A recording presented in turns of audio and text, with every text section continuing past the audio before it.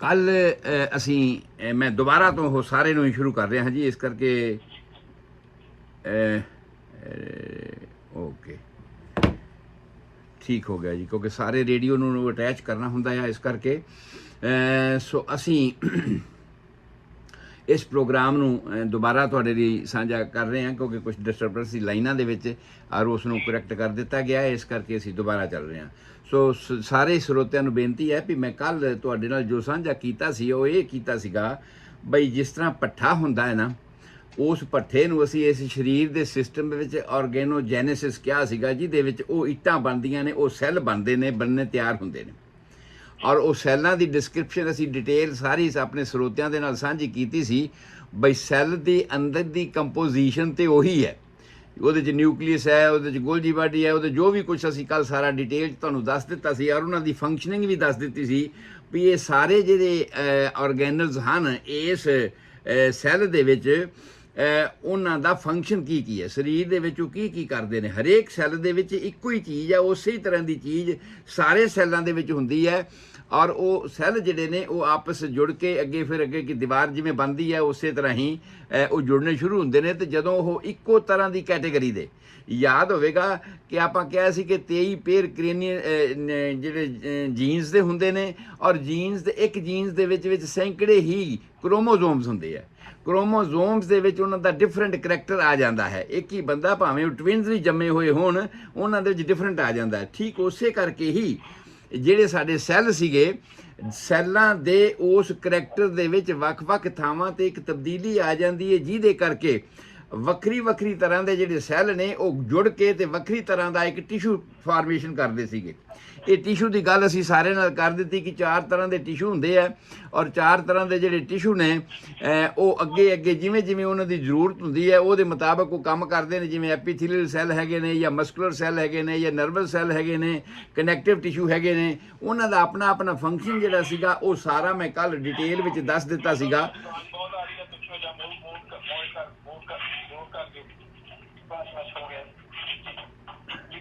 ਹਾਂਜੀ, ਫਿਰ ਡਿਸਟਰਬੈਂਸ ਹੈ।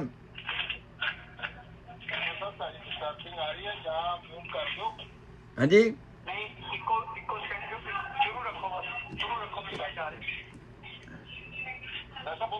ਹਾਂਜੀ ਮੈਂ ਹਾਂ ਓਕੇ। ਸੋ ਇਹ ਮੇਰੇ ਖਿਆਲ ਜ਼ਿਆਦਾ ਲਾਈਨਾਂ ਦਾ ਤੁਹਾਡਾ ਆਪਸ ਵਿੱਚ ਕੋਈ ਕਨੈਕਸ਼ਨ ਜਿਹੜਾ ਉਹਦੇ 'ਚ ਫਰਕ ਹੈਗਾ, ਜਿਸ ਕਰਕੇ ਐਸਾ ਆ ਰਿਹਾ। ਉਸ ਤੋਂ ਬਾਅਦ ਮੈਂ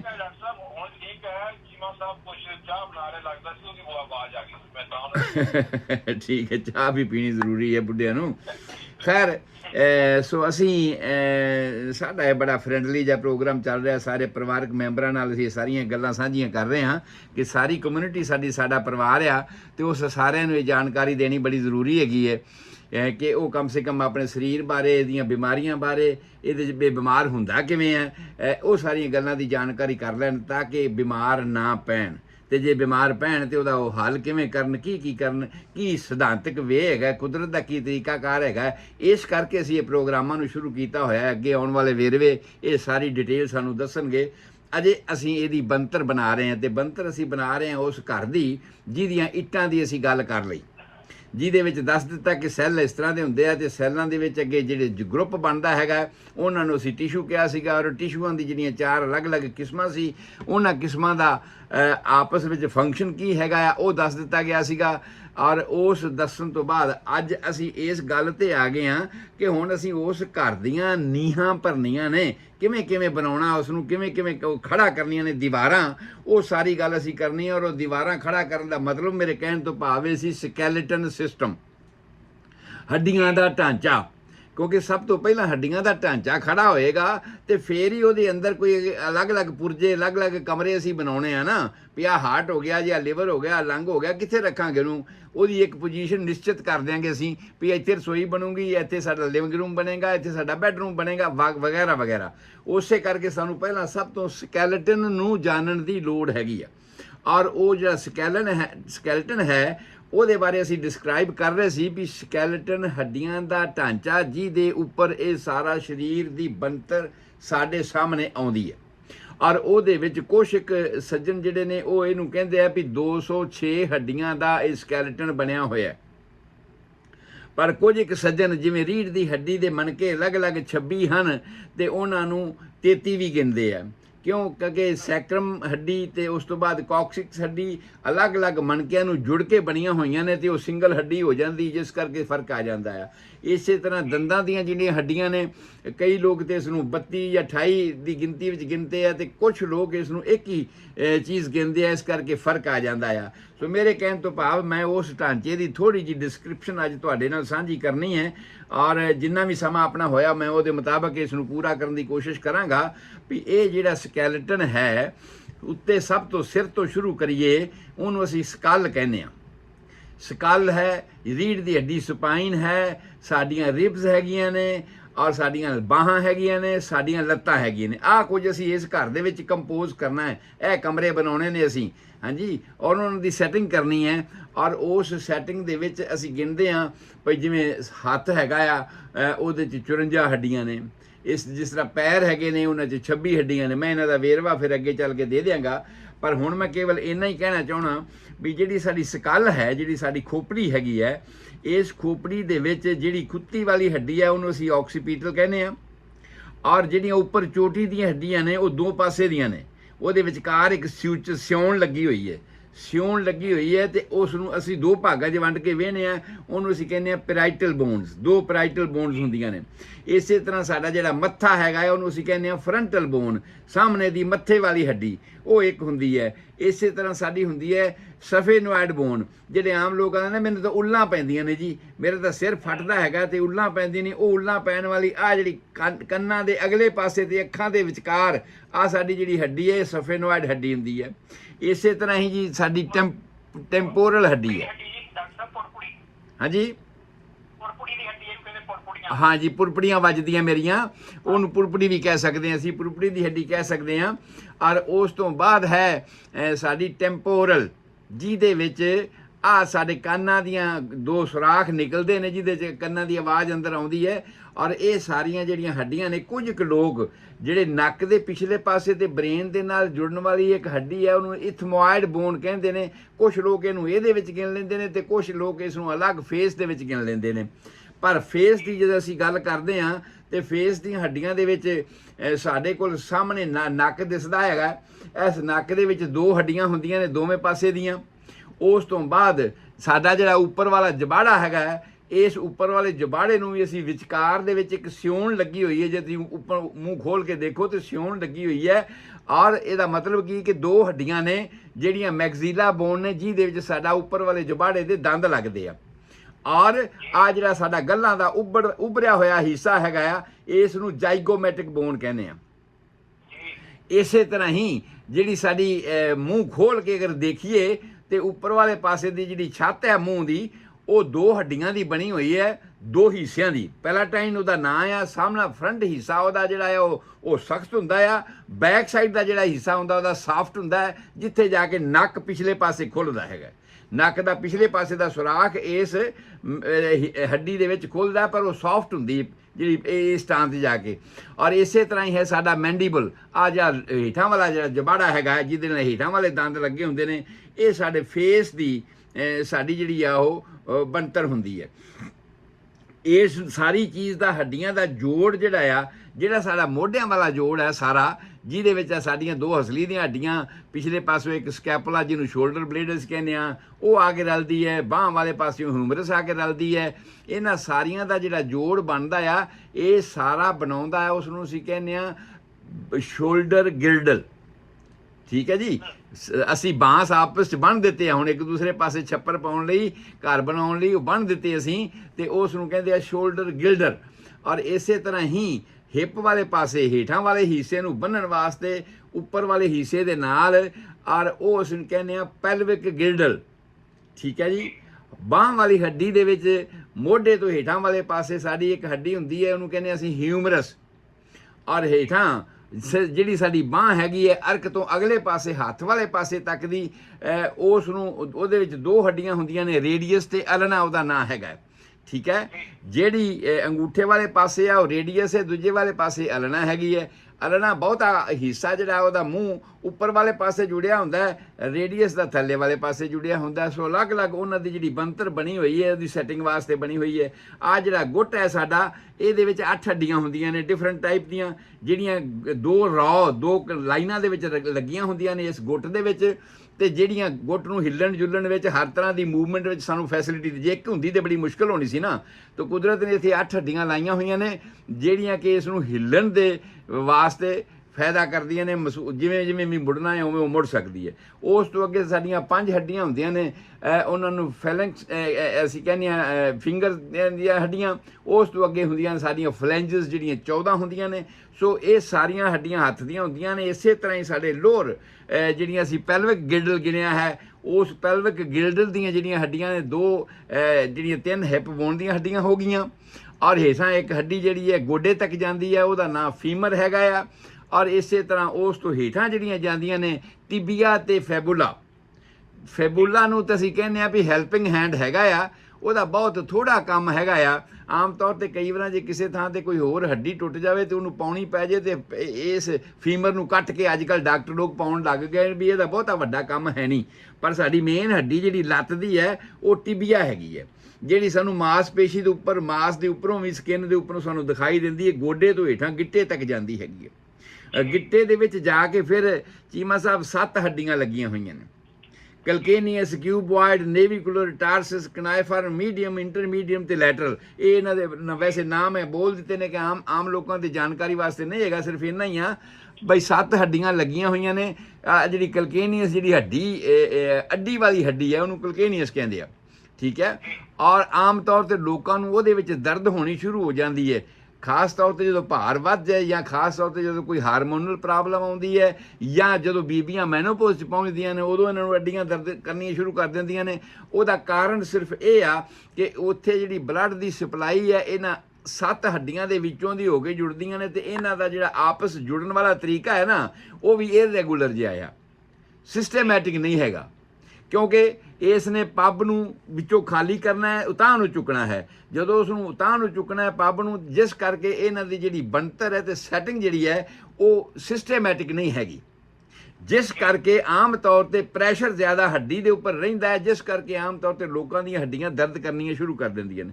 ਇਹਦੇ ਵਿੱਚ ਅੱਜ ਕੱਲ੍ਹ ਲੋਕ ਬੂਟ ਬਣਾਉਣ ਲੱਗ ਗਏ ਨੇ, ਜਾਂ ਹੋਰ ਬਹੁਤ ਕੁਝ ਐਸਾ ਕਰਨ ਲੱਗ ਗਏ ਨੇ ਉਸ ਦੇ ਪ੍ਰਬੰਧ ਵਾਸਤੇ। ਉਹਨੂੰ ਮੈਨੇਜਮੈਂਟ ਅਸੀਂ ਕਹਿ ਸਕਦੇ ਹਾਂ, ਕਿਉਂਕਿ ਕੁਦਰਤ ਨੇ ਜੋ ਬਣਾ ਦਿੱਤਾ ਉਹਨੂੰ ਅਸੀਂ ਗਲਤ ਤਾਂ ਨਹੀਂ ਕਹਿ ਸਕਦੇ, ਪਰ ਜੇ ਉਸ ਗਲਤ ਨੂੰ ਅਸੀਂ ਪ੍ਰਬੰਧ ਦੇ ਤੌਰ ਤੇ ਮੈਨੇਜ ਕਰ ਸਕਦੇ ਹਾਂ, ਤੇ ਉਹਦੇ ਵਾਸਤੇ ਇਸ ਤਰ੍ਹਾਂ ਦੀਆਂ ਮੈਨੇਜਿੰਗ ਕਰਨ ਵਾਲੀਆਂ ਗੱਲਾਂ ਜਿਹੜੀਆਂ ਸਾਡੀਆਂ ਬਣੀਆਂ ਹੋਈਆਂ ਨੇ। ਰੀੜ੍ਹ ਦੀ ਹੱਡੀ, ਸਾਡੇ ਫੋਰਾਮਨ ਮੈਗਨਮ, ਉਸ ਸੁਰਾਖ ਦਾ ਨਾਂ ਹੈ ਫੋਰਾਮਨ ਮੈਗਨਮ, ਜਿਹੜਾ ਖੁੱਤੀ ਵਿੱਚੋਂ ਸ਼ੁਰੂ ਹੁੰਦਾ ਆ, ਤੇ ਸਾਡੀ ਟੇਲ ਬੋਨ, ਟੱਟੀ ਵਾਲੇ ਰਸਤੇ ਦੇ ਪਿਛਲੇ ਪਾਸੇ ਦੀ ਜਿਹੜੀ ਹੱਡੀ ਹੈ ਉੱਥੋਂ ਤੱਕ ਜਾਂਦਾ ਹੈਗਾ। ਔਰ ਇਹ ਕੋਈ ਬੇਸਿਕਲੀ ਉਹੀ ਮੈਂ ਦੱਸਿਆ ਕਿ ਕੁਝ ਲੋਕ ਇਹਨੂੰ ਇਹ ਸਮਝਦੇ ਆ ਭਈ ਇਹ ਇੱਕ ਹੱਡੀ ਹੈ, ਕੁਝ ਲੋਕ ਸਮਝਦੇ ਆ ਕਿ ਨਹੀਂ ਇਹ ਅਲੱਗ-ਅਲੱਗ, ਕੋਈ ਕਹਿੰਦਾ 26 ਹੱਡੀਆਂ ਦੀ ਬਣੀ ਹੋਈ ਹੈ, ਤੇ ਕੋਈ ਕਹਿੰਦਾ ਇਹ 33 ਹੱਡੀਆਂ ਦੀ ਬਣੀ ਹੈ। ਜਦੋਂ ਉਹ ਸੈਕਰਮ ਤੇ ਇਲੀਅਮ ਨੂੰ ਜੋੜ ਕੇ ਵੇਖਦੇ ਆ ਤੇ ਉਹ 26 ਤੇ ਆ ਜਾਂਦੇ ਆ, ਜਦੋਂ ਉਹਨਾਂ ਨੂੰ ਅਲੱਗ-ਅਲੱਗ ਗਿਣਤੀ ਕਰਦੇ ਆ ਤੇ ਫਿਰ ਉਹ 33 ਤੇ ਆ ਜਾਂਦੇ ਆ। ਸੋ ਇਸ ਤਰ੍ਹਾਂ ਕਰਕੇ ਗਿਣਤੀ ਦਾ ਇਹਦਾ ਇਸ ਕਰਕੇ ਥੋੜਾ ਜਿਹਾ ਫਰਕ ਹੈਗਾ ਆ। ਤੇ ਮੈਂ ਕੇਵਲ ਇਹ ਵੇਰਵਾ ਦੱਸ ਰਿਹਾ ਵੀ ਜਦੋਂ ਉਸ ਫੋਰਾਮਨ ਮੈਗਨਮ ਜਿਹੜਾ ਪਿਛਲੇ ਪਾਸੇ ਖੁੱਤੀ 'ਚ ਸੁਰਾਖ ਹੈ ਜਿਹਦੇ ਵਿੱਚ ਫਿੱਟ ਹੁੰਦੀ ਹੈ ਰੀੜ੍ਹ ਦੀ ਹੱਡੀ ਸਾਡੀ ਖੋਪੜੀ ਦੇ ਵਿੱਚ, ਉੱਥੋਂ ਸ਼ੁਰੂ ਹੁੰਦੀ ਹੈ। ਤੇ ਇਹਦੇ ਜਿਹੜੇ ਨੇ ਪਹਿਲੇ 7 ਮਣਕੇ, ਉਹਨਾਂ ਨੂੰ ਅਸੀਂ ਸਰਵਾਈਕਲ ਬੋਨਸ ਕਹਿੰਦੇ ਹਾਂ, ਸਰਵਾਈਕਲ ਵਰਟੀਬਰਾਸ ਕਹਿੰਦੇ ਹਾਂ, ਕਿਉਂਕਿ ਹੱਡੀ ਦੇ ਜਿੰਨੇ ਵੀ ਮਣਕੇ ਨੇ ਉਹਨਾਂ ਦਾ ਨਾਂ ਸਪੈਸੀਫਿਕ ਰੱਖਿਆ ਗਿਆ ਵਰਟੀਬਰਾ।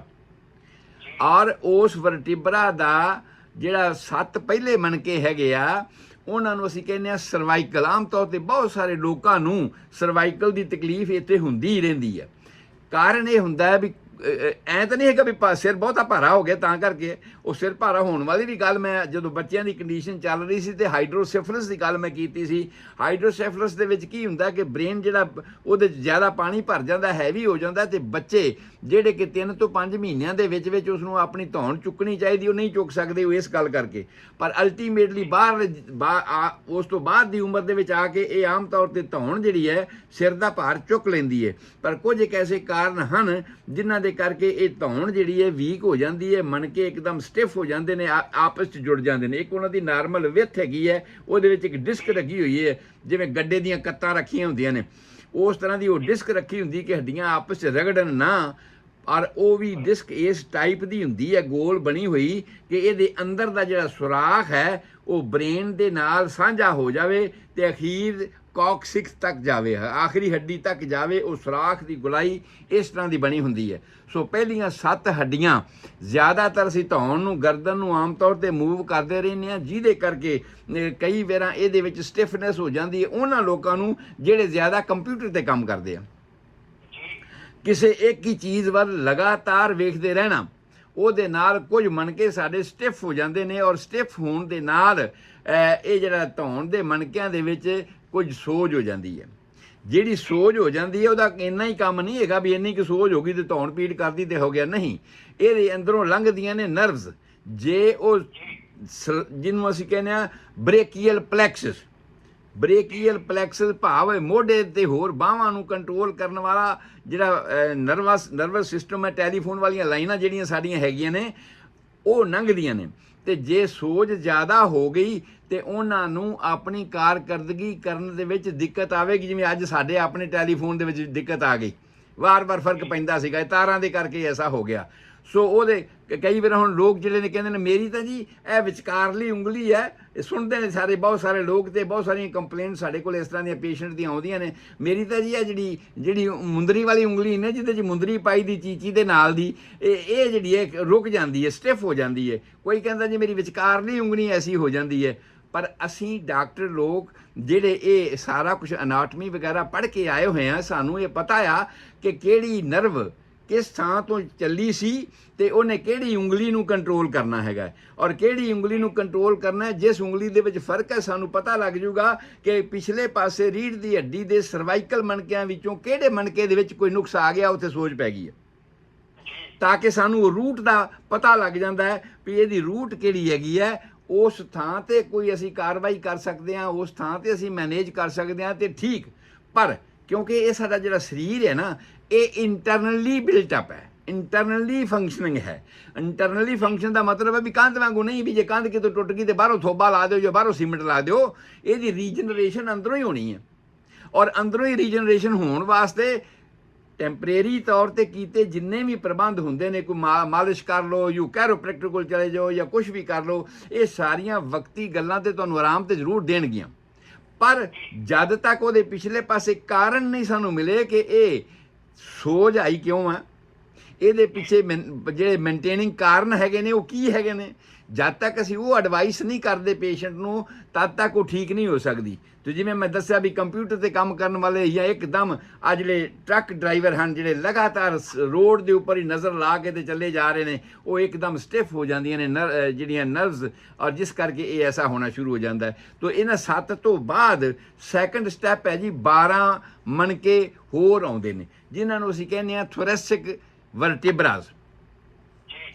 ਥੋਰੈਸਿਕ ਵਰਟੀਬਰਾ ਜਿਹੜੇ ਨੇ ਉਹ ਸਾਡੀ ਛਾਤੀ ਦੇ ਵਿੱਚ ਬਹੁਤ ਕੁਝ ਰੱਖਿਆ ਹੋਇਆ, ਫੇਫੜੇ ਹਨ, ਹਾਰਟ ਹੈਗਾ, ਇਹ ਸਾਰੇ ਜਾਣਦੇ ਆ। ਅੱਗੇ ਮੀਡੀਆਸਟਾਈਨਮ ਹੈਗਾ ਆ, ਇਸ ਤੋਂ ਬਾਅਦ ਸਾਡਾ ਖੁਰਾਕ ਵਾਲੀ ਨਾਲੀ ਇੱਥੋਂ ਲੰਘਦੀ ਹੈ, ਫੈਰਿੰਕਸ ਲੰਘਦੀ ਹੈ, ਉਹ ਈਸੋਫੇਗਸ ਲੰਘਦਾ ਹੈਗਾ, ਹੇਠਾਂ ਵਾਲੇ ਪਾਸੇ ਸਟੋਮਕ ਦੇ ਏਰੀਏ ਤੱਕ ਇਹਨਾਂ ਦੀ ਜਿਹੜੀ ਸਪਲਾਈ, ਇਹਨਾਂ ਦਾ ਕੰਟਰੋਲ ਹੈਗਾ, ਇਹ ਉੱਥੋਂ ਤੱਕ ਇਹਨਾਂ ਦਾ ਕਬਜ਼ਾ ਹੈਗਾ ਆ। ਸੋ ਇਹ ਜਿਹੜੀਆਂ ਥੋਰੈਸਿਕ ਨਰਵਸ ਨੇ ਉਹ ਇਹਨਾਂ ਰੀੜ੍ਹ ਦੀ ਹੱਡੀ ਦੇ ਇਹਨਾਂ 12 ਮਣਕਿਆਂ ਵਿੱਚੋਂ, ਜਿਨ੍ਹਾਂ ਨੂੰ ਅਸੀਂ ਥੋਰੈਸਿਕ ਕਹਿੰਦੇ ਆ, ਉਹਦੇ ਵਿੱਚੋਂ ਲੰਘਦੇ ਆ। ਔਰ ਇਸ ਥੋਰੈਸਿਕ ਤੋਂ ਬਾਅਦ ਫਿਰ 5 ਹੋਰ ਮਣਕੇ ਹੈਗੇ ਆ, ਜਿਨ੍ਹਾਂ ਨੂੰ ਅਸੀਂ ਕਹਿੰਦੇ ਆ ਲੰਬਰ ਵਰਟੀਬਰਾਸ। ਔਰ ਲੰਬਰ ਵਰਟੀਬਰਾ ਬਹੁਤ ਹੀ ਇੰਪੋਰਟੈਂਟ ਗੱਲ ਆ ਸਾਡੀ, ਕਾਰਨ ਇਹ ਆ ਕਿ ਇਸ ਏਰੀਏ ਦੇ ਵਿੱਚ ਸਾਡੀਆਂ ਕਿਡਨੀਆਂ ਆ ਜਾਂਦੀਆਂ ਨੇ, ਇਸ ਏਰੀਏ ਦੇ ਵਿੱਚ ਮੀਡੀਆਸਟਾਈਨਮ ਆ ਜਾਂਦਾ, ਜਿਹੜੇ ਅੰਦਰ ਦੇ ਪੋਰਸ਼ਨ ਨੇ ਜਿਨ੍ਹਾਂ ਦੀ ਮੈਂ ਗੱਲ ਅੱਗੇ ਬਾਅਦ ਜਾ ਕੇ ਕਰਾਂਗਾ। ਮੈਂ ਕੇਵਲ ਇੰਨਾ ਹੀ ਕਹਾਂ ਵੀ ਇਹ ਜਿਹੜੇ ਅੰਗ ਨੇ ਇਸ ਥਾਂ ਤੇ ਇਹ ਆ ਜਾਂਦੇ, ਅਪੈਂਡਿਕਸ ਆ ਜਾਂਦਾ ਸਾਡਾ, ਜਿਹਨੂੰ ਅਪੈਂਡਿਕਸ ਤੇ ਬਹੁਤ ਲੋਕਾਂ ਨੂੰ ਪਤਾ ਹੀ ਹੋਣਾ ਆਮ ਤੌਰ ਤੇ, ਕਿ ਸੱਜੇ ਪਾਸੇ ਜਿੱਥੇ ਅਸੀਂ ਬੈਲਟ ਬੰਨ੍ਹਨੇ ਆ, ਔਰ ਸੱਜੇ ਪਾਸੇ ਜਿਹੜੀ ਉੱਚੀ ਹੱਡੀ ਹੈ ਚੂਕਣੇ ਦੀ, ਇਸ ਥਾਂ ਤੇ ਅੰਦਰ ਵਾਲੇ ਪਾਸੇ ਜਿੱਥੇ ਛੋਟੀ ਤੇ ਵੱਡੀ ਆਂਤੜੀ ਆਪਸ ਵਿੱਚ ਜੁੜਦੀਆਂ ਨੇ, ਸੀਕਲ ਵਾਲਵ ਅਸੀਂ ਉਹਨੂੰ ਕਹਿੰਦੇ ਆ। ਸੀਕਲ ਵਾਲਵ ਦੇ ਬਾਹਰਲੇ ਪਾਸੇ ਇੱਕ ਚੁੰਝ ਜੀ ਬਾਹਰ ਨੂੰ ਵਧੀ ਹੁੰਦੀ ਹੈ ਆਂਤੜੀ ਦੀ, ਔਰ ਉਹਨੂੰ ਅਸੀਂ ਕਹਿੰਦੇ ਆ ਅਪੈਂਡਿਕਸ। ਔਰ ਕਈ ਵਾਰਾਂ ਫੂਡ ਦਾ ਪਾਰਟੀਕਲ ਉਹਦਾ ਡਾਇਰੈਕਟ ਲਿੰਕ ਹੈ ਆਂਤੜੀ ਦੇ ਨਾਲ। ਕਈ ਵਾਰਾਂ ਫੂਡ ਦਾ ਕੋਈ ਪਾਰਟੀਕਲ ਅੰਦਰ ਜਾਂਦਾ ਆ ਤੇ ਉਹ ਵਾਪਸ ਆਉਂਦਾ ਹੈ, ਅੰਦਰ ਜਾਂਦਾ ਹੈ ਤੇ ਵਾਪਸ ਆਉਂਦਾ, ਜਿਵੇਂ ਕਿ ਪੈਰੀਸਟਾਲਟਿਕ ਮੋਸ਼ਨ। ਜਿਵੇਂ ਕੋਈ ਗਡੋਆ ਤੁਰਦਾ, ਤੁਸੀਂ ਦੇਖਿਆ ਨਾ, ਗਡੋਆ ਤੁਰਦਾ ਸਾਰਿਆਂ ਨੇ ਵੇਖਿਆ ਹੋਣਾ। ਜਿਵੇਂ ਗਡੋਆ ਤੁਰਦਾ ਹੈ ਨਾ, ਇਕੱਠਾ ਹੁੰਦਾ ਅੱਗੇ ਤੁਰਦਾ, ਇਕੱਠਾ ਹੁੰਦਾ ਅੱਗੇ ਤੁਰਦਾ। ਇਸੇ ਤਰ੍ਹਾਂ ਸਾਡੀਆਂ ਜਿਹੜੀਆਂ ਆਂਤੜੀਆਂ ਨੇ, ਜਦੋਂ ਇਹਨਾਂ 'ਚ ਖੁਰਾਕ ਜਾਂਦੀ ਹੈ, ਇਹ ਐਵੇਂ ਤੁਰਦੀਆਂ ਨੇ। ਇਹਨਾਂ ਨੂੰ ਅਸੀਂ ਕਹਿੰਦੇ ਹਾਂ ਪੈਰੀਸਟਾਲਟਿਕ ਮੋਸ਼ਨਸ। ਔਰ ਉਹ ਪੈਰੀਸਟਾਲਟਿਕ ਮੋਸ਼ਨ ਦੇ ਮੁਤਾਬਕ ਹੀ ਇਹ ਜਿਹੜਾ ਅਪੈਂਡਿਕਸ ਆ, ਇਹਦੇ ਵਿੱਚ ਵੀ ਕੋਈ ਖੁਰਾਕ ਦਾ ਹਿੱਸਾ ਚਲੇ ਜਾਂਦਾ ਆ। ਪਰ ਜੇ ਖੁਰਾਕ ਦਾ ਹਿੱਸਾ ਉੱਥੋਂ ਵਾਪਸ ਨਾ ਆਵੇ, ਉੱਥੇ ਹੀ ਰਹਿ ਜਾਵੇ, ਤੇ ਫਿਰ ਉਹਦੇ 'ਚ ਸੋਜ ਹੋਣੀ ਸ਼ੁਰੂ ਹੋ ਜਾਂਦੀ ਆ। ਠੀਕ ਹੈ। ਔਰ ਇਸ ਨੂੰ ਕੰਟਰੋਲ ਕਰਨ ਵਾਸਤੇ ਸਾਡੀਆਂ ਇਹ ਲੰਬਰ ਵਰਟੀਬਰਾ ਦਾ ਕੰਮ ਆ, ਉਹਦੀ ਫੰਕਸ਼ਨਿੰਗ ਦਾ ਕੰਮ ਹੈ। ਇਹਦਾ ਫੰਕਸ਼ਨ ਫੇਲ ਹੋ ਗਿਆ ਤੇ ਉਹਦੇ ਤੋਂ ਵਾਪਸੀ ਨਹੀਂ ਆਈ। ਇਸ ਕਰਕੇ ਐਸਾ ਅਪੈਂਡਿਕਸ ਦਾ ਕੰਮ ਹੋ ਸਕਦਾ ਆ। ਔਰ ਇਹ ਸੱਜੇ ਪਾਸੇ ਉਸ ਥਾਂ ਤੇ ਹੁੰਦਾ ਆ। ਅਸੀਂ ਲੰਬਰ ਦੀ ਗੱਲ ਕਰ ਰਹੇ ਹਾਂ, ਇਸੇ ਥਾਂ ਤੇ ਹੀ ਬੀਬੀਆਂ ਵਿਚਾਰੀਆਂ ਦੀ ਓਵਰੀ ਵੀ ਹੁੰਦੀ ਆ, ਇਹਦੇ ਵਿੱਚ ਹੀ ਬੱਚੇਦਾਨੀ ਵੀ ਹੁੰਦੀ ਹੈ। ਦੋਵੇਂ ਪਾਸੇ ਦੀ ਓਵਰੀ, ਫੈਲੋਪੀਨ ਟਿਊਬ, ਬੱਚੇਦਾਨੀ ਇਸ ਏਰੀਏ, ਇਸ ਲੰਬਰ ਏਰੀਏ ਦੇ ਵਿੱਚ ਕਵਰ ਵਿੱਚ ਆਉਂਦੀਆਂ ਨੇ। ਇਹ ਉਹਨਾਂ ਦਾ ਕੰਟਰੋਲ ਹੁੰਦਾ, ਇਹਨਾਂ ਨੂੰ ਕੰਟਰੋਲ ਕਰਨਾ। ਤੇ ਜਦੋਂ ਇਹਨਾਂ ਦੇ ਵਿੱਚ ਕੋਈ ਖਰਾਬੀ ਆਵੇ ਤੇ ਆ ਜਿਹੜੇ ਅੰਗ ਮੈਂ ਗਿਣੇ ਨੇ, ਯੂਟਰਸ ਹੈ, ਫੈਲੋਪੀਨ ਟਿਊਬ ਹੈ, ਓਵਰੀਜ਼ ਹੈ, ਇਹ ਸਾਰਿਆਂ ਦੇ ਵਿੱਚ ਕਿਤੇ ਨਾ ਕਿਤੇ, ਪਲੱਸ ਅਪੈਂਡਿਕਸ ਗਿਣਿਆ ਹੈ ਮੈਂ, ਇਹ ਸਾਰਿਆਂ ਦੇ ਵਿੱਚ ਕਿਤੇ ਨਾ ਕਿਤੇ ਕੋਈ ਰੋਗ ਪੈਦਾ ਹੋ ਸਕਦਾ ਹੈ ਜੇ ਇਸ ਲੰਬਰ ਵਰਟੇਬਰੇ ਦੇ ਵਿੱਚ ਕੋਈ ਗੱਲ ਹੋਵੇ। ਦੂਸਰੀ ਗੱਲ ਇੱਥੇ ਆ ਕਿ ਮੈਂ ਹੋਰ ਕਹਿਣੀ ਚਾਹੁੰਦਾ ਆ ਕਿ ਸਾਡੀਆਂ ਜਿੰਨੀਆਂ ਵੀ ਆਂਤੜੀਆਂ ਹਨ ਨਾ, ਪੇਟ ਦਾ ਜਿੰਨੇ ਵੀ ਇਸ ਥਾਂ ਦੇ ਵਿੱਚ ਸਾਡੀਆਂ ਛੋਟੀ ਆਂਤੜੀ ਹੈਗੀ ਹੈ, ਇਹ ਸਾਰੀਆਂ ਆਂਤੜੀਆਂ ਜਿਵੇਂ ਕੋਈ ਗਲਾਫ ਬੋਰੀ ਦੇ ਵਿੱਚ ਕੋਈ ਤਾਰਾਂ ਦਾ ਗੁੱਛਾ ਪਾ ਕੇ ਤੇ ਕਿਸੇ ਕਿੱਲੀ ਤੇ ਟੰਗ ਦਿੱਤਾ ਜਾਵੇ। ਔਰ ਮੈਂ ਐਗਜ਼ਾਮਪਲਾਂ ਉਹ ਦੇਣੀਆਂ ਚਾਹੁੰਦਾ ਜਿਹੜੀਆਂ ਤੁਸੀਂ ਸਮਝ ਸਕੋ। ਭਈ ਜੇ ਤਾਰਾਂ ਦਾ ਗੁੱਛਾ ਹੋਵੇ, ਬੋਰੀ ਵਿੱਚ ਪਾ ਕੇ ਉਹਨੂੰ ਗੰਢ ਦੇ ਦਿਓ ਤੇ ਉਹ ਬੋਰੀ ਜਿਹੜੀ ਹੈ ਕਿਸੇ ਕਿੱਲੀ ਦੇ ਉੱਪਰ ਟੰਗ ਦਿਓ, ਤੇ ਜਦੋਂ ਇਸ ਬੋਰੀ ਦੇ ਵਿੱਚ ਕੋਈ ਵੀ ਫਰਕ ਪਏਗਾ, ਕੋਈ ਭਾਰ ਵਧੇਗਾ, ਕੁਝ ਐਸਾ ਹੋਏਗਾ, ਤੇ ਉਦੋਂ ਉਸ ਕਿੱਲੀ ਦੇ ਉੱਪਰ ਖਿੱਚ ਪੈਗੀ। ਜਿੰਨਾ ਇਸ ਬੋਰੀ ਦਾ ਭਾਰ ਆ, ਉਹਨਾਂ ਉਹਦੀ ਖਿੱਚ ਪੈਗੀ। ਤੇ ਮੈਂ ਕਹਿ ਕੀ ਰਿਹਾ ਹਾਂ ਕਿ ਇਹ ਜਿਹੜਾ ਪੇਰੀਟੋਨੀਅਲ ਗਲਾਫ ਹੈ, ਉਹਦਾ ਨਾਂ ਹੈ ਗਲਾਫ ਦਾ ਪੇਰੀਟੋਨੀਅਮ। ਪੇਰੀਟੋਨੀਅਮ ਗਲਾਫ ਦੇ ਵਿੱਚ ਸਾਡੀਆਂ ਇਹ ਆਂਤੜੀਆਂ ਲਪੇਟੀਆਂ ਹੋਈਆਂ ਨੇ। ਔਰ ਇਹਨਾਂ ਦੇ ਵਿੱਚ ਗੈਸ ਬਣ ਗਈ, ਇਹਨਾਂ ਦੇ ਵਿੱਚ ਖੁਰਾਕ ਆ ਗਈ, ਇਹਨਾਂ 'ਚ ਅਸੀਂ ਹੈਵੀ ਪਰੌਂਠੇ ਸ਼ਰੌਂਠੇ ਖਾ ਲਏ, ਹੋਰ ਕੁਝ ਆ ਗਿਆ, ਸਾਨੂੰ ਕਬਜ਼ ਹੋ ਗਈ, ਤਾਂ ਵੀ ਮਲ ਅੰਦਰ ਰੁਕ ਗਿਆ। ਜਦੋਂ ਵੀ ਇਹੋ ਜਿਹੀਆਂ ਗੱਲਾਂ ਹੁੰਦੀਆਂ ਨੇ, ਆਂਤੜੀ ਦੇ ਵਿੱਚ ਰੁਕਦੀਆਂ ਨੇ, ਤੇ ਇਹ ਜਿਹੜਾ ਮੈਂ ਦੱਸਿਆ ਤੁਹਾਨੂੰ ਕਿ ਪੇਰੀਟੋਨੀਅਲ ਗਿਲਾਫ ਹੈ, ਇਹ ਲੰਬਰ ਏਰੀਏ ਦੇ ਵਿੱਚ ਪਿਛਲੇ ਰੀੜ੍ਹ ਦੀ ਹੱਡੀ ਦੇ ਨਾਲ ਬੰਨਿਆ ਹੁੰਦਾ ਹੈ। ਇਹਦੀ ਕਿੱਲੀ ਕਿਹੜੀ ਹੋਈ? Lumber area. ਲੰਬਰ ਏਰੀਏ ਦੇ ਵਿੱਚ ਇਹਦੀ ਕਿੱਲੀ ਹੈ, ਉੱਥੇ ਇਹ ਬੋਰੀ ਬਣਾ ਕੇ ਤੇ ਇਹ ਬੰਨੀਆਂ ਗਈਆਂ ਆਂਤੜੀਆਂ ਤਾਂ ਕਿ ਇਹ ਹਿਲਦੀਆਂ ਤਾਂ ਰਹਿਣ, ਲੇਕਿਨ ਅੱਗੇ ਪਿੱਛੇ ਬਹੁਤਾ ਨਾ ਜਾਣ, ਇੱਕ ਲਿਮਟ ਦੇ ਵਿੱਚ ਰਹਿਣ।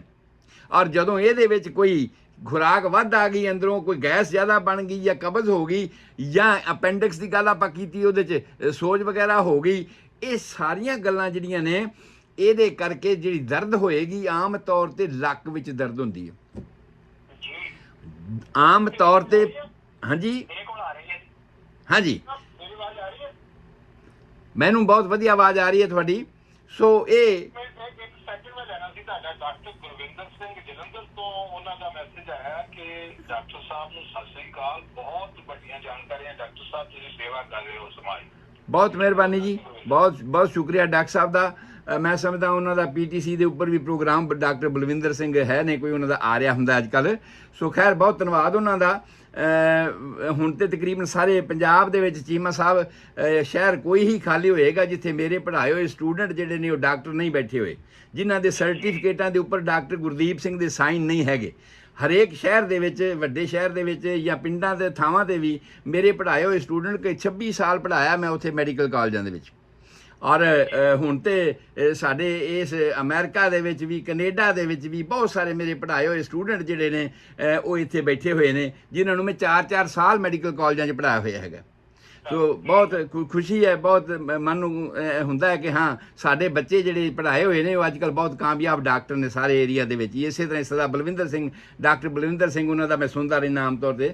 ਸੋ ਖੈਰ ਆਪਾਂ ਇਹ ਗੱਲ ਕਰ ਰਹੇ ਸੀ ਕਿ ਇਹ ਲੰਬਰ ਏਰੀਏ ਦੇ ਵਿੱਚ ਬੋਰੀ ਚ ਪਾ ਕੇ ਲਵੇਟੀਆਂ ਹੋਈਆਂ ਆਂਤੜੀਆਂ, ਜਦੋਂ ਪੇਟ ਦੀ ਗੱਲ ਮੈਂ ਕਰੂੰਗਾ, ਜਦੋਂ ਇੰਟੈਸਟਾਈਨ ਦੀ ਗੱਲ ਮੈਂ ਕਰੂੰਗਾ, ਫਿਰ ਦੁਹਰਾਇਆ ਜਾਣਾ ਇਸ ਗੱਲ ਨੇ ਕਿ ਇਸ ਪੇਰੀਟੋਨੀਅਲ ਦੀ ਬੋਰੀ ਦੇ ਵਿੱਚ ਲਪੇਟ ਕੇ ਆਂਤੜੀਆਂ ਰੱਖੀਆਂ ਹੋਈਆਂ ਨੇ, ਔਰ ਜਦੋਂ ਇਹਨਾਂ ਦੇ ਵਿੱਚ ਕੋਈ ਖਰਾਬੀ ਹੁੰਦੀ ਹੈ ਤੇ ਉਦੋਂ ਲੱਕ ਦੇ ਵਿੱਚ ਪੀੜ ਹੁੰਦੀ, ਮੇਰੇ ਤੇ ਲੋਅਰ ਬੈਕ 'ਚ ਪੀੜ ਹੁੰਦੀ ਹੈ। ਖਾਸ ਤੌਰ ਤੇ ਬੀਬੀਆਂ ਮਾਸਿਕ ਧਰਮ ਦੇ ਸਮੇਂ ਆਂਦੀਆਂ ਜੀ ਮੇਰੇ ਜੀ ਲੱਕ 'ਚ ਪੀੜ ਹੁੰਦੀ ਆ। ਕਿਉਂ? ਕਿਉਂਕਿ ਇਸ ਪੇਰੀਟੋਨੀਅਲ ਗਲਾਫ ਦੇ ਦੋ ਹਿੱਸੇ ਹੋ ਜਾਂਦੇ ਚੀਮਾ ਸਾਹਿਬ। ਇੱਕ ਤਾਂ ਹੁੰਦਾ ਗ੍ਰੇਟਰ ਸੈਕ ਆਫ ਪੇਰੀਟੋਨੀਅਮ, ਵੱਡੀ ਬੋਰੀ, ਜਿਵੇਂ ਬੋਰੀ ਨੂੰ ਵਿੱਚੋਂ ਬੰਨ੍ਹ ਦਿਓ ਤੇ ਇੱਕ ਛੋਟਾ ਹਿੱਸਾ ਹੋ ਜਾਵੇ ਤੇ ਇੱਕ ਵੱਡਾ ਹਿੱਸਾ ਹੋ ਜਾਵੇ। ਸੋ ਇੱਕ ਹੈ ਗ੍ਰੇਟਰ ਸੈਕ ਜਿਹਦੇ 'ਚ ਸਾਡੀਆਂ ਆਂਤੜੀਆਂ ਵਗੈਰਾ ਤੇ ਪੇਟ ਦੇ ਜਿਹੜੇ ਆਰਗਨ ਨੇ ਉਹ ਲਪੇਟੇ ਹੋਏ ਨੇ। ਦੂਸਰਾ ਹੈ ਛੋਟਾ ਸੈਕ ਜਿਹਦੇ ਵਿੱਚ ਤੁਹਾਡੇ ਜਨਨ ਅੰਗ ਹਨ ਉਹ ਉਹਦੇ ਵਿੱਚ ਆ ਜਾਂਦੇ ਨੇ, ਜਿਹਦੇ ਵਿੱਚ ਮਰਦਾਂ ਦਾ ਹੈ ਪ੍ਰੋਸਟੇਟ ਆ ਜਾਂਦਾ ਹੈ, ਔਰਤਾਂ ਦੀ ਬੱਚੇਦਾਨੀ, ਫੈਲੋਪੀਅਨ ਟਿਊਬ, ਓਵਰੀ, ਇਹ ਵਗੈਰੇ ਸਾਰੇ ਚੀਜ਼ਾਂ ਉਹਦੇ ਵਿੱਚ ਆ ਜਾਂਦੀਆਂ ਨੇ। ਅਪੈਂਡਿਕਸ ਦੀ ਗੱਲ ਆਪਾਂ ਕਰ ਹੀ ਚੁੱਕੇ ਹਾਂ। ਸੋ ਜਦੋਂ ਵੀ ਉਹਨਾਂ ਨੂੰ ਇਹ ਗੱਲ ਹੁੰਦੀ ਤੇ ਬੀਬੀਆਂ ਕਹਿੰਦੀਆਂ ਨੇ ਮੇਰੇ ਕਮਰ 'ਚ ਦਰਦ ਹੁੰਦੀ ਹੈ। ਕਾਰਨ ਕੀ ਹੈ? ਕਾਰਨ ਇਹ ਆ ਅਸੀਂ ਲੱਕ ਨੂੰ ਮਲੀ ਜਾਂਦੇ ਹਾਂ ਤੇ ਲੱਕ ਦੀਆਂ ਮਾਲਸ਼ਾਂ ਕਰਵਾਈ ਜਾਂਦੇ ਹਾਂ ਤੇ ਲੱਕ ਵਾਸਤੇ ਕੈਰੋਪ੍ਰੈਕਟਰ ਕੋਲ ਜਾਈ ਜਾਂਦੇ ਹਾਂ। ਪਰ ਕਾਰਨ ਕੀ ਹੈ? ਕਾਰਨ ਤਾਂ ਹੈ ਉਹ ਅੰਗ ਜਿਹੜੇ ਇਹਦੇ ਵਿੱਚ ਲਪੇਟੇ ਹੋਏ ਨੇ, ਉਹ ਕਿੱਲੀ ਤੇ ਖਿੱਚ ਪੈ ਰਹੀ ਹੈ। ਤੁਸੀਂ ਕਿੱਲੀ ਨੂੰ ਫੜ ਕੇ ਬੈਠ ਜਾਂਦੇ ਹੋ ਤੇ ਕਿੱਲੀ ਦੀ ਟ੍ਰੀਟਮੈਂਟ ਕਰਨੀ ਸ਼ੁਰੂ ਕਰ ਦਿੰਦੇ ਹੋ। ਇਹ ਸਾਨੂੰ ਦੱਸ ਰਹੀ ਹੈ, ਜਿਹੜੇ ਡਾਕਟਰ ਲੋਕ ਨੇ ਇਹ ਉਹਨਾਂ ਨੂੰ ਦੱਸ ਰਹੀ ਇਹ ਚੀਜ਼ ਕਿ ਭਾਈ ਇਹ ਨੁਕਸ ਉੱਥੇ ਨਹੀਂ ਹੈਗਾ ਜਿੱਥੇ ਤੁਸੀਂ ਮਹਿਸੂਸ ਕਰ ਰਹੇ ਹੋ, ਉਹ ਤਾਂ ਖਿੱਚ ਪੈ ਰਹੀ ਹੈ ਕਿੱਲੀ ਨੂੰ। ਪੈ ਕਿੱਥੋਂ ਰਹੀ ਹੈ ਉਹ ਕਾਰਨ ਦੂਰ ਕਰਨ ਦੀ ਲੋੜ ਹੈਗੀ ਹੈ, ਉਹ ਸਾਨੂੰ ਜਾਣਨ ਦੀ ਲੋੜ ਹੈਗੀ ਹੈ। ਔਰ ਉਸ ਤੋਂ ਬਾਅਦ ਚੀਮਾ ਸਾਹਿਬ ਸਾਡੇ ਕੋਲ ਆ ਜਾਂਦਾ ਹੈ ਗੁਦਾ ਵਾਲਾ ਏਰੀਆ, ਸਾਡੇ ਪ੍ਰੋਸਟੇਟ ਤੋਂ ਹੇਠਾਂ ਯੂਰੇਥਰਾ ਵਾਲਾ ਏਰੀਆ, ਔਰ ਉਹ ਕਵਰ ਕਰਦਾ ਸਾਡਾ ਸੈਕਰਲ ਪਲੈਕਸਸ। ਲੰਬਰ ਪਲੈਕਸਸ ਦੀਆਂ 5 ਹੱਡੀਆਂ, 5 ਮਣਕੇ ਲੰਘ ਕੇ ਉਸ ਤੋਂ ਅਗਲਾ ਜਿਹੜਾ ਹੈ ਉਹ ਇੱਕ ਯੂਨਾਈਟ ਹੱਡੀ ਬਣੀ ਹੋਈ ਹੈ 5 ਮਣਕਿਆਂ ਦੀ, ਜਿਹਨੂੰ ਅਸੀਂ ਕਹਿੰਦੇ ਹਾਂ ਸੈਕਰਲ ਪਲੈਕਸਸ। ਉਹਦੇ ਵਿੱਚੋਂ ਜਿਹੜੀਆਂ ਨਰਵਸ ਨਿਕਲਦੀਆਂ ਨੇ ਉਹ ਸੈਕਰਲ ਪਲੈਕਸਸ ਦੇ ਨਾਂ ਨਾਲ ਜਾਣੀਆਂ ਜਾਂਦੀਆਂ ਨੇ। ਔਰ ਉਹਨਾਂ ਨੇ ਸਾਡੇ ਕੰਟਰੋਲ ਕਰਨਾ ਹੈ ਟੈਸਟਿਸ ਨੂੰ, ਉਹਨਾਂ ਨੇ ਸਾਡੇ ਕੰਟਰੋਲ ਕਰਨਾ ਹੈ ਔਰਤ ਦੇ ਬਾਹਰੀ ਜਨਨ ਅੰਗਾਂ ਨੂੰ, ਉਹਨੇ ਕੰਟਰੋਲ ਕਰਨਾ ਹੈ ਸਾਡੇ ਪ੍ਰੋਸਟੇਟ ਦੇ ਬਾਹਰ ਨਿਕਲਦੇ ਯੂਰੇਥਰਾ ਨੂੰ। ਤਾਂ ਜਦੋਂ ਵੀ ਇਹਨਾਂ ਗੱਲਾਂ ਦੇ ਵਿੱਚ ਕੋਈ ਪ੍ਰੋਬਲਮ ਆਵੇ ਤੇ ਅਸੀਂ ਆਖੀਏ ਜੀ ਸਾਡੇ ਹਿਪਸ ਦੇ ਵਿੱਚ ਪਿੱਛੇ ਦਰਦ ਹੁੰਦੀ ਹੈ, ਤੇ ਗੱਲ ਹਿਪਸ ਦੇ ਵਿੱਚ ਨਹੀਂ ਹੁੰਦੀ। ਹੋ ਸਕਦਾ ਬਵਾਸੀਰ ਹੋਵੇ ਟੈਸਟ ਰੈਕਟਮ ਦੇ, ਕਿਉਂਕਿ ਰੈਕਟਮ ਨੂੰ ਵੀ ਕਵਰ ਕਰਨ ਵਾਲਾ ਇਹੀ ਚੀਜ਼ ਹੈਗੀ ਹੈ ਸੈਕਰਲ ਪਲੈਕਸਸ ਤੇ ਕਾਕਸੀਜੀਅਲ ਪਲੈਕਸਸ, ਇਹ ਜਿਹੜੇ ਦੋ ਹੇਠਾਂ ਬਾਕੀ ਬਚ ਕੇ ਪੋਰਸ਼ਨ। ਔਰ ਇਹਨਾਂ ਸਾਰਿਆਂ ਨੇ ਇਹਨਾਂ ਏਰੀਏ ਨੂੰ ਕਵਰ ਕਰਨਾ ਹੁੰਦਾ। ਮੈਂ ਇਹ ਤਾਂ ਇਸ ਕਰਕੇ ਦੱਸ ਰਿਹਾ ਹਾਂ ਕਿ ਆਮ ਤੌਰ ਤੇ ਡਾਇਗਨੋਸਿਸ ਕਰਦਿਆਂ ਹੋਇਆਂ, ਡਾਕਟਰ ਜਾਣਦਿਆਂ ਹੋਇਆਂ ਉਹ ਇਹ ਨਹੀਂ ਸਮਝਦੇ, ਉਹ ਲੱਕ ਦਾ ਹੀ ਇਲਾਜ ਕਰੀ ਜਾਂਦੇ ਆ। ਉਹ ਉਸ ਥਾਂ ਦੇ ਰੀੜ੍ਹ ਦੀ ਹੱਡੀ ਦੇ ਮਣਕਿਆਂ ਨੂੰ, ਕਿਉਂਕਿ ਕੈਰੋਪ੍ਰੈਕਟਰ ਦਾ ਤਾਂ ਕੰਮ ਹੀ ਰੀੜ੍ਹ ਦੀ ਹੱਡੀ ਦੇ ਮਣਕਿਆਂ ਨੂੰ ਐਡਜਸਟ ਕਰਨਾ ਹੈ। ਪਰ ਤੁਸੀਂ ਉਹ ਕਰ ਰਹੇ ਹੋ ਜੋ ਆਊਟਕਮ ਹੈ, ਜੋ ਇਹਦਾ ਰਿਜ਼ਲਟ ਹੋ ਰਿਹਾ ਹੈ। ਪਰ ਇਹ ਹੋ ਕਿਉਂ ਰਿਹਾ ਆ? ਜਦ ਤੱਕ ਤੁਸੀਂ ਉੱਥੇ ਨਹੀਂ ਪਹੁੰਚਦੇ ਤਦ ਤੱਕ ਇਹਦੇ ਠੀਕ ਹੋਣ ਦੀ ਸੰਭਾਵਨਾ ਨਹੀਂ ਹੈ। ਅੱਜ ਦੇ ਮੇਰੇ ਲੈਕਚਰ ਦਾ ਮਤਲਬ ਇਹੀ ਹੈਗਾ ਕਿ ਭਾਈ ਤੁਸੀਂ ਇਸ ਗੱਲ ਦੇ ਦੂਰ ਤੱਕ ਜਾਓ ਕਿ ਇਹ ਦਰਦ ਕਿੱਥੋਂ ਸ਼ੁਰੂ ਹੋ ਸਕਦੀ ਹੈ। ਇਹ ਜਦੋਂ ਤੁਸੀਂ ਇਹ ਜਾਣੋਗੇ ਵੀ ਬੋਰੀ 'ਚ ਪਾਈਆਂ ਹੋਈਆਂ ਤਾਰਾਂ ਜਿਹੜੀਆਂ ਇਸ ਕਿੱਲੀ ਨਾਲ ਬੱਝੀਆਂ ਨੇ, ਕਿੱਲੀ ਨੂੰ ਖਿੱਚ ਪੈ ਰਹੀ ਹੈ, ਤੇ ਕਿੱਲੀ ਨੂੰ ਖਿੱਚ ਕਿਉਂ ਪੈ ਰਹੀ ਹੈ? ਬੋਰੀ ਤੋਂ। ਬੋਰੀ ਦੇ ਵਿੱਚ ਕੀ ਹੈਗਾ ਆ ਇਹ ਵੇਖਣ ਦੀ ਲੋੜ ਹੈਗੀ ਹੈ। ਸੋ ਇਹ ਸਾਰੀਆਂ ਗੱਲਾਂ ਆਮ ਤੌਰ ਤੇ ਜਾਣਨ ਦੀ ਜ਼ਰੂਰਤ ਹੁੰਦੀ ਹੈ। ਜਦੋਂ ਵੀ ਕੋਈ ਬੰਦਾ ਕੰਪਲੇਨ ਲੈ ਕੇ ਆਉਂਦਾ ਹੈ ਨਾ, ਤੇ ਉਹਦਾ ਮਤਲਬ ਇਹ ਨਹੀਂ ਉਹਨੇ ਸਿੰਪਟਮ ਦੱਸਣਾ ਹੈ ਤੁਹਾਨੂੰ, ਉਹਨੇ ਨਿਸ਼ਾਨੀ ਦੱਸਣੀ ਹੈ ਤੁਹਾਨੂੰ, ਉਹਨੇ ਤੁਹਾਨੂੰ ਖੁਰਾ ਦੱਸਣਾ ਵੀ ਆਹ ਖੁਰਾ ਹੈਗਾ ਆ ਤੇ ਲੱਭੋ ਚੋਰ ਹੁਣ ਕਿਹੜਾ ਹੋ ਸਕਦਾ ਆ, ਕਿਹੜੇ ਪਾਸੇ ਨੂੰ ਇਹ ਜਾ ਰਿਹਾ ਹੈਗਾ, ਤੇ ਇਹ ਪੈਰ ਕਿਹਦੇ ਨਾਲ ਮਿਲਦੇ ਨੇ, ਉਹਦੇ ਖੁਰੇ ਉਸ ਬੰਦੇ ਨੂੰ ਲੱਭਣਾ ਇਹ ਡਾਕਟਰ ਦਾ ਕੰਮ ਹੈਗਾ। ਔਰ ਉਸ ਨੇ ਲੱਭਣਾ ਆ। ਔਰ ਉਹ ਗੱਲਾਂ ਅਸੀਂ ਅੱਜ ਪਬਲਿਕ ਨੂੰ ਸਾਰੀ ਨੂੰ ਜਾਣਕਾਰੀ ਦੱਸ ਰਹੇ ਹਾਂ। ਉਹ ਭਾਈ ਇਕੱਲੇ ਲੱਕ ਦਰਦ ਵਾਸਤੇ ਕੈਰੋਪ੍ਰੈਕਟਰ ਕੋਲ ਜਾਣ ਦੀ ਲੋੜ ਨਹੀਂ, ਕਿਸੇ ਕਾਬਲ ਡਾਕਟਰ ਨੂੰ ਵੀ ਵਿਖਾਉਣ ਦੀ ਲੋੜ ਆ ਕਿ ਵਾਰ-ਵਾਰ ਮੈਂ ਮਲਾਈ ਜਾ ਰਿਹਾ ਲੱਕ ਨੂੰ, ਵਾਰ-ਵਾਰ ਮੈਂ ਉੱਥੇ ਗਲਾਸ ਲਗਵਾਈ ਜਾ ਰਿਹਾ। ਉਹ ਗਲਾਸ ਲਗਾਉਣ ਵਾਲਾ ਵੀ ਸਿਸਟਮ ਇੱਕ ਆਯੁਰਵੈਦਿਕ ਦਾ ਬਹੁਤ ਪੁਰਾਣਾ ਸਿਸਟਮ ਹੈਗਾ ਆ। ਸੋ ਇਹ ਸਾਰੀ ਵਾਰ-ਵਾਰ ਕਿਉਂ ਹੋ ਰਹੀ ਹੈ? ਇਸੇ ਕਰਕੇ ਹੋ ਰਹੀ ਹੈ ਕਿ ਉਹਦਾ ਕਾਰਨ ਕੋਈ ਹੋਰ ਹੈਗਾ, ਉਸ ਨੂੰ ਦੂਰ ਕਰਨ ਦੀ ਲੋੜ ਹੈ। ਸੋ ਅਸੀਂ ਰੀੜ੍ਹ ਦੀ ਹੱਡੀ ਦੇ ਮਣਕਿਆਂ ਦੇ ਸਰਵਾਈਕਲ ਵਰਟੀਬਰਾ, ਥੋਰੈਸਿਕ ਵਰਟੀਬਰਾ 12, ਲੰਬਰ 5, ਸੈਕਰਲ 5, ਕਾਕਸੀਜੀਅਲ 4, ਇਹ ਸਾਰੇ ਗਿਣ ਦਿੱਤੇ ਨੇ। ਔਰ ਉਹਨਾਂ ਦੀ ਅੱਗੇ ਕਾਰਵਾਈ ਕਿੱਥੇ ਕਿੱਥੇ ਹੁੰਦੀ ਹੈ ਉਹ ਆਪਾਂ ਤੁਹਾਨੂੰ ਦੱਸ ਦਿੱਤੀ। ਠੀਕ ਹੈ ਜੀ। ਔਰ ਇਹ ਸਾਡਾ ਸੀਗਾ ਇੱਕ ਢਾਂਚਾ ਖੜਾ ਹੋ ਗਿਆ।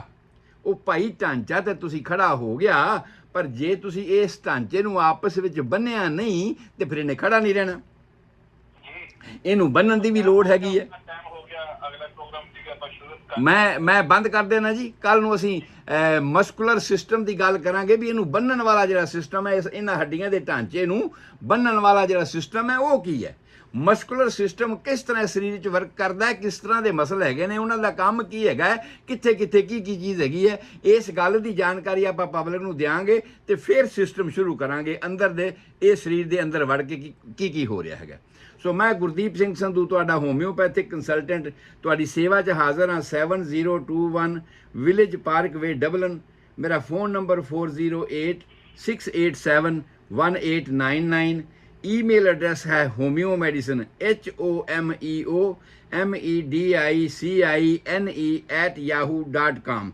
ਕਿਸੇ ਵੀ ਵੇਲੇ ਤੁਸੀਂ ਬਿਮਾਰੀ ਕਿਸੇ ਬਾਰੇ ਕੋਈ ਰਾਏ ਲੈਣਾ ਚਾਹੁੰਦੇ ਹੋ ਜਾਂ ਹੋਮਿਓਪੈਥਿਕ ਤਰੀਕੇ ਨਾਲ ਸਾਇੰਟੀਫਿਕ ਇਲਾਜ ਕਰਵਾਉਣਾ ਚਾਹੁੰਦੇ ਹੋ ਜਾਂ ਕੋਈ ਸਮਝਣਾ ਹੀ ਚਾਹੁੰਦੇ ਹੋ ਤੇ ਕਾਲ ਕਰ ਸਕਦੇ ਹੋ, ਜਾਂ ਹੋਮਿਓਪੈਥਿਕ ਦਵਾਈਆਂ ਲੈਣਾ ਚਾਹੁੰਦੇ ਹੋ ਤੇ ਕਾਲ ਕਰ ਸਕਦੇ ਹੋ ਕਿਸੇ ਵੀ ਨੰਬਰ ਤੇ, ਜਾਂ ਈਮੇਲ ਰਾਹੀਂ ਮੇਰੇ ਨਾਲ ਰਾਬਤਾ ਕਰ ਸਕਦੇ ਹੋ। ਤੁਹਾਡਾ ਸਾਰਿਆਂ ਦਾ ਰੱਬ ਰਾਖਾ। ਕੱਲ ਫਿਰ ਇਸੇ ਟਾਈਮ ਤੇ ਮਿਲਾਂਗੇ ਤੇ ਕੱਲ ਅਸੀਂ ਮਸਕੂਲਰ ਸਿਸਟਮ ਦੀ ਗੱਲ ਕਰਾਂਗੇ, ਜਿਹੜਾ ਇਸ ਢਾਂਚੇ ਨੂੰ ਆਪਸ ਵਿੱਚ ਬੰਨ੍ਹਦਾ ਹੈ, ਆਪਸ ਇਹਨਾਂ ਦੇ ਹੱਡੀਆਂ ਨੂੰ ਜੋੜਦਾ ਹੈ ਆਪਸ ਵਿੱਚ, ਤਾਂ ਕਿ ਇਹ ਪੂਰਾ ਢਾਂਚਾ ਖੜਾ ਹੋ ਜਾਵੇ ਸਾਡਾ। ਸੋ ਤੁਹਾਡਾ ਸਾਰਿਆਂ ਦਾ ਰੱਬ ਰਾਖਾ। ਤੁਹਾਡੇ ਸਾਰਿਆਂ ਦੀ ਚੰਗੀ ਸਿਹਤ ਲਈ ਦੁਆ ਕਰਦਾ ਹਾਂ। ਸਤਿ ਸ੍ਰੀ ਅਕਾਲ, ਆਦਾਬ, ਨਮਸਕਾਰ। ਮਿਹਰਬਾਨੀ ਡਾਕਟਰ ਸਾਹਿਬ, ਬਹੁਤ ਸ਼ੁਕਰੀਆ ਡਾਕਟਰ ਸਾਹਿਬ, ਬਹੁਤ ਵਧੀਆ ਜਾਣਕਾਰੀਆਂ ਨੇ। ਧੰਨਵਾਦ, ਮਿਲਦੇ ਹਾਂ ਜੀ ਕੱਲ੍ਹ ਡਾਕਟਰ ਸਾਹਿਬ ਜੀ। ਮਿਹਰਬਾਨੀ।